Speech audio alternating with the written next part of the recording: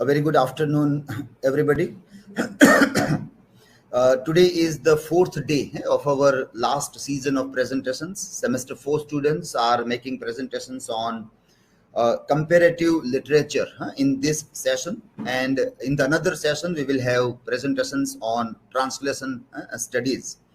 So in this live streaming session, we will have presentations by Stuti and Niyati on why comparative Indian literature. It will be followed by Hiral and Nanditaba, and they will speak on comparative literature in India. And then the third one will be by Anjali and Khushbu, and their presentation will be on comparative literature in India, an overview of its history. Uh, After that, we have by Riddhi and Jignesh, and their topic is what is comparative literature today. And finally, we will have by Bhavyang and Nidhi, and they will speak on comparative literature in the age of digital humanities, on possible futures for a discipline. So, these five presentations we are going to have in this slot. So, let me invite Stuti to start with the presentation.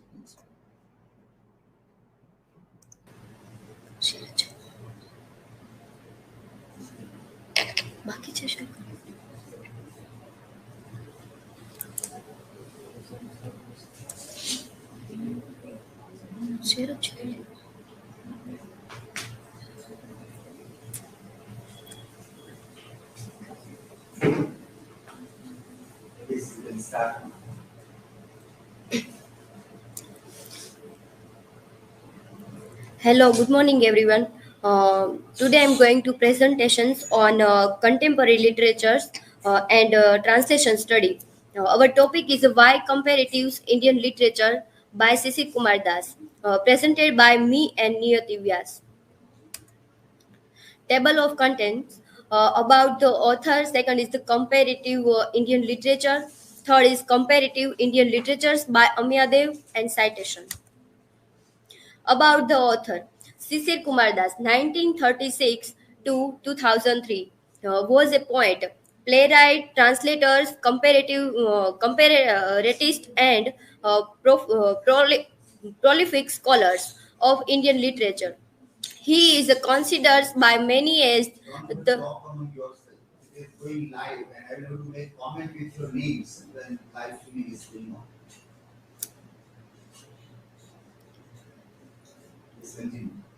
Doyen of Indian literature's historiographers almost single-handed thus builds and integrated history of Indian literatures, composed in many languages, a task that had seemed to many important scholars of Indian literatures to be a historian's despair.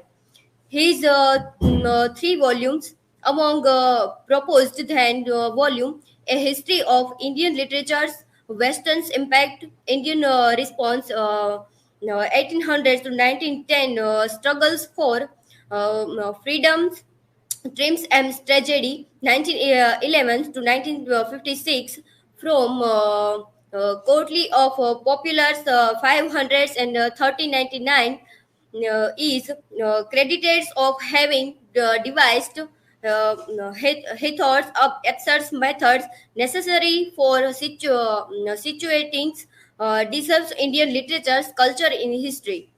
Apart from his another's uh, monumentals work in Das, scholarly is the multi-volume English writings of Rabindranath Tagore, edited by him. Despite his formal traditions in Bengal language and literature, Das was amongst the few who were instruments in shaping the disciplines of comparative literatures in India.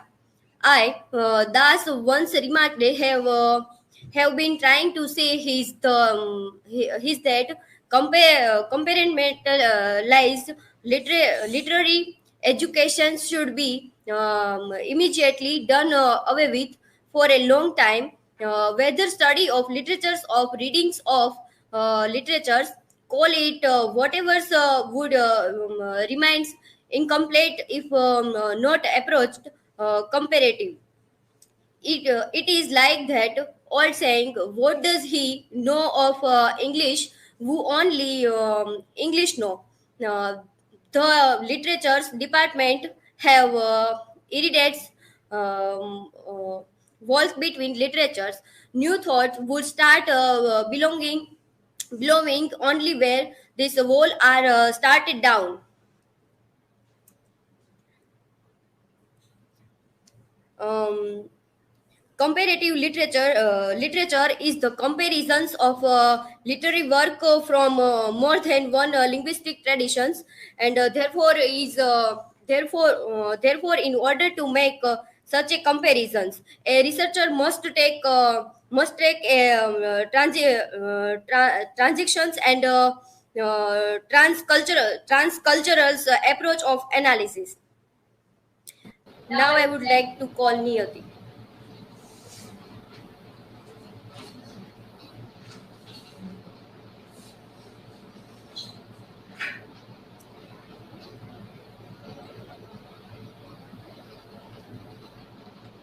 Comparative Indian Literature by Sisir Kumar Das. In the beginning of the century, some of the scholars tried upon the idea of an Indian literature, emphasizing the unity of themes and forms and attitudes between the different literatures produced in different Indian languages during the last 3,000 years.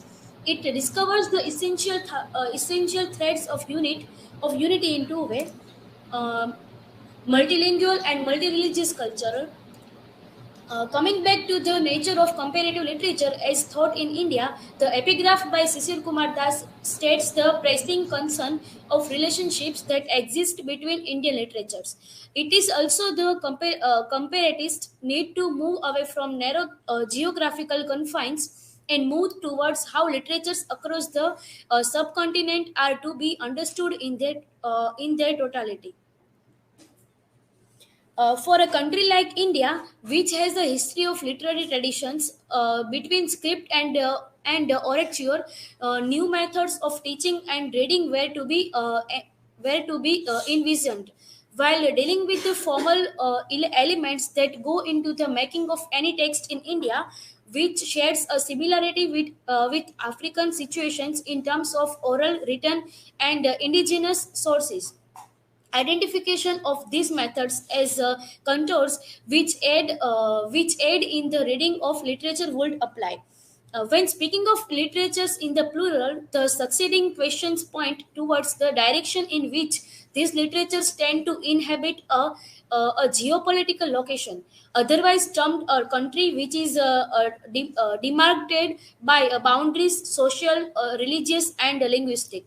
When reading any text, the value loaded term national, international, and indigenous prop up any student pursuing literature. Subdivisions, generic differences may occur, but identifying these differences and reading them as contours instead of straight lines is what comparative literature sets out to engage with. While questioning the idea of an Indian literature, he highlights the notion one attaches to the word Indian, which could in itself be a pluralistic outlook of life, wherein the concept of Indian literature as inherently comparative may be considered.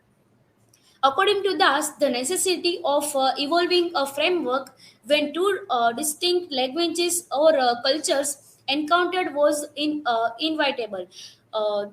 Das states in this regard Arabic, Japanese with Chinese, and Indians with the literatures of Europe. All these contexts have resulted in certain changes, at times marginal, and at times quite profound and pervasive in the literary activities of the people involved, and have necessitated an enlargement of critical perspective. Das states how Warren Hastings, the first Governor General of India, in his introduction of Charles Wilkins' translation of Gita, advocated for a comparative study of the Gita and great European literature. I should not fear, he wrote, to place in opposition to the best French version of the most admired passages of Iliad and Odysseus, or the first and sixth books of our own Milton, highly as I venerate the latter, the English translation of the Mahabharata. Translation brought world renown to a number of regional writers.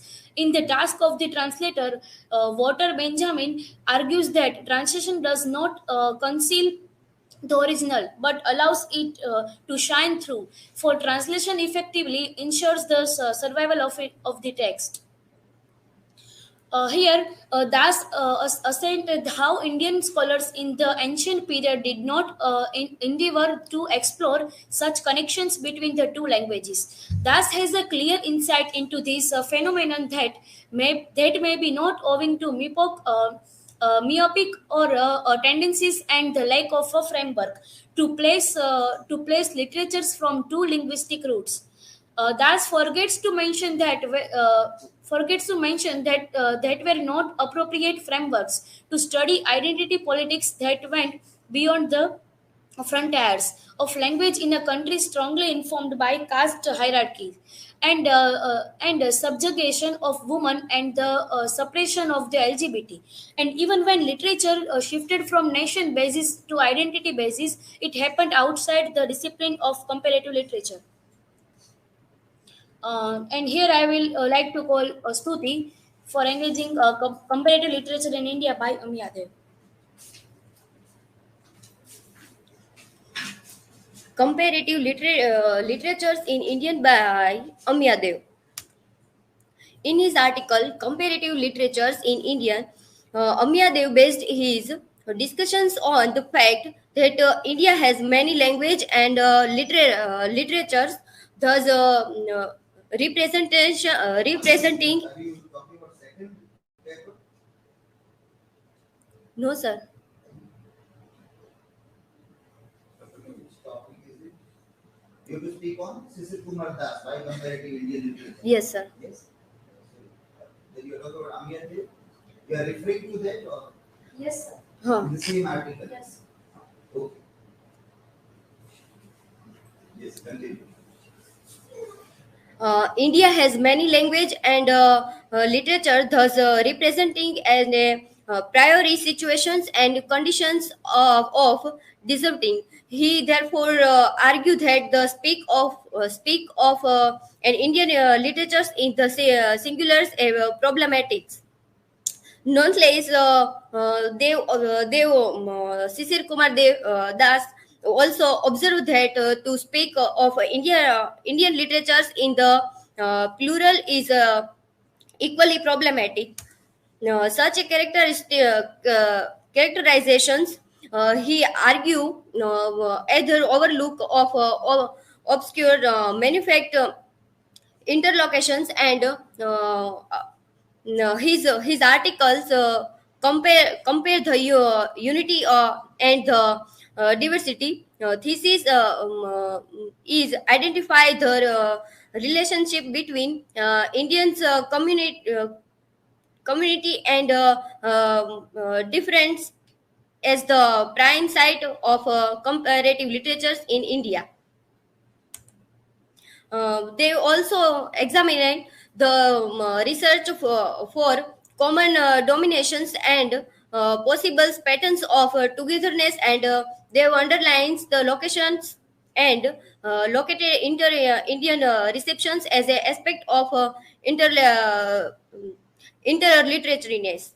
It is Hardev perceives Indian literatures that is not as a fixed or determines entire, but as an ongoing and interliterary process. Indian language and literatures even in are making.